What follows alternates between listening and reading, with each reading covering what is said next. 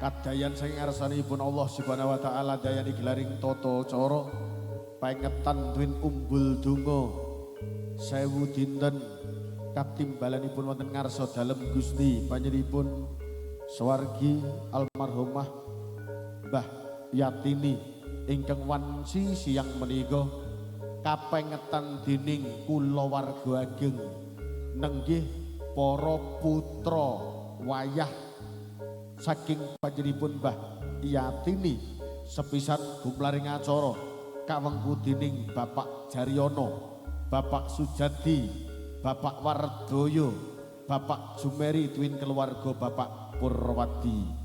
Dayani gelaring acara wanci sonten mriyo sagung para lenggah keparenga tiyang kawula sak kanca mangayun ngaturaken pakurmatan dhateng sedaya para tamu putri kagung tan kantun para pangemban-pangembating praja tasih rumagang karya punapa dene purna karya ingkang tuwinantuing pakurmatan gelaring acara kintunan donga lan pengetan 1000 dinten wanci sonten mriku lumantar prikanca kadang pametri budaya ingkang kepareng arsa lumarep ngaturaken langan suka lenggeng sagung para tamu prikanca pametri budaya campur sari Jose musik wingking saking Gatak Rejo Mliwis Cepogo Kabupaten Boyolali kapangarsan panjenenganipun Ki Ardi Sutopo sowan kula sak kanca jangkep sinengkuyung Lintang Studio lan Anissa Profesional Audio Sound System Tri Sriwati Arsa Lumarep dherekaken lenggeng sagung para tamu katambiya Rika Susanti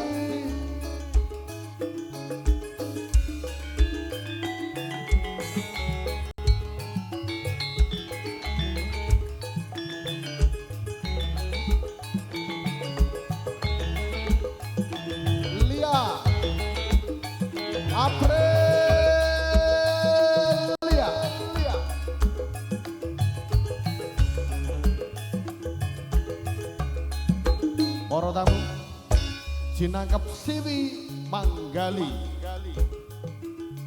Kula gilang saja yang terang wijeng rawuh tuwin wijeng lenggah sagung tamu wilujeng nampi tuwin nyerantu gumlaring asara ingkang kawengku dening keluarga putra wayah sawargi panjenenganipun Simbah Yatini kanthi umiring sesanti rukun caraning bangsa dumunung luhuring budaya Jose Soan Mangarso.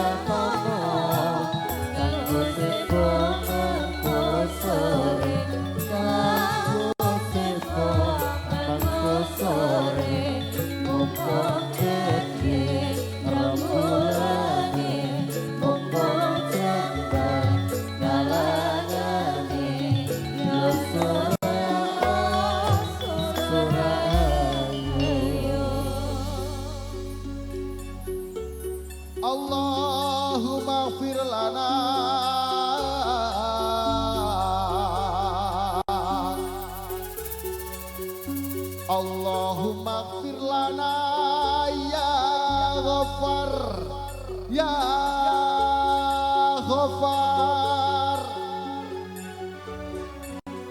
Allahumma iftah lana abwabar rahmah Allahumma iftah lana abwabal barak abwabal ni'mah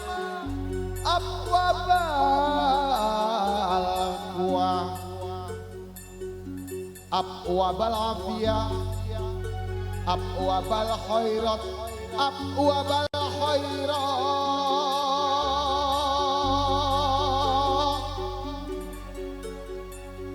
Allahumma gfir lana ya Ghaffar ya Ghaffar ya Ghaffar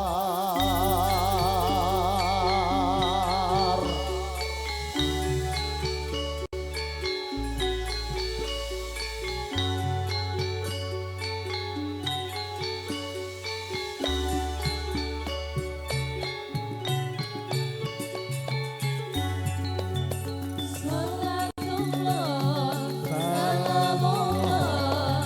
ala Toha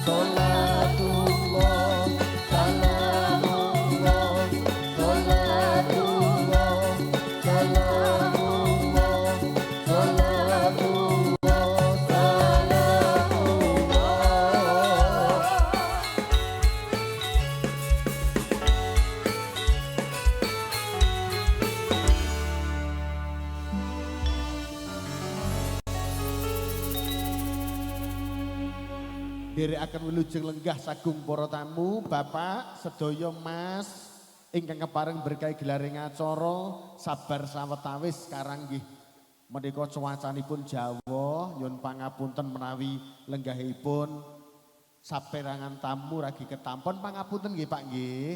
Nggih bakunipun Jose campur sari kepareng sowan lagune dicampur-campur mawon nggih. Campur sari ya mathuk, Islami nggih mathuk ngeten nggih Pak. Wis gampang mawon. Karang mriku wanci siang mriku campur sari. Sowan kula sak kanca lumantar Rika Susanti.